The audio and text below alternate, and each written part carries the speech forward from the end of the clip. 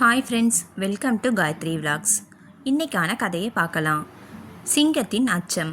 பெரிய ஒரு காட்டில் கொடிய விலங்குகள் வசித்து வந்தன. அந்த காட்டினை அடுத்து ஒரு சிற்றூர் இருந்தது. அந்த ஊரில் வண்ணான் ஒருவன் தன்னுடைய கழுதையை மேய்ச்சலுக்காக விட்டிருந்தான்.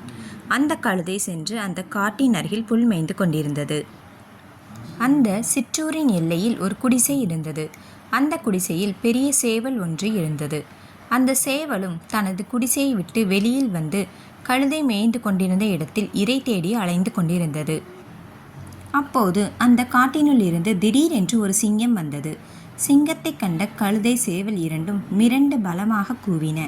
சிங்கத்திற்கு கழுதையின் கர்ஜனை புதியது ஒன்றும் இல்லை. பலமுறை கேட்டு பழகியிருந்தது. ஆனால் சேவலின் குரல் சிங்கத்திற்கு புதிதாக இருந்தது. சிங்கம் அதற்கு முன் சேவலின் குரலை கேட்டதில்லை. அதனால் சிங்கம் சேவலின் குரலை கேட்டவுடன் ஆட்டம் கொண்டது. உடனே திரும்பி ஓட ஆரம்பித்தது.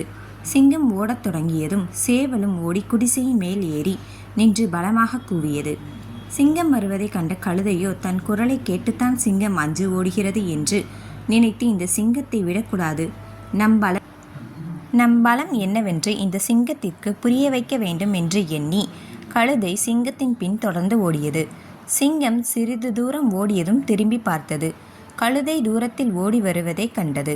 கழுதை அருகில் சேவல் இல்லாததையும் கண்டது. சிங்கம் தன்னுடைய அச்சத்தை விட்டுவிட்டு திரும்ப ஓடி வந்து கழுதை மேல் பாய்ந்து அதை கொன்று தின்றது சிங்கம். நீதி.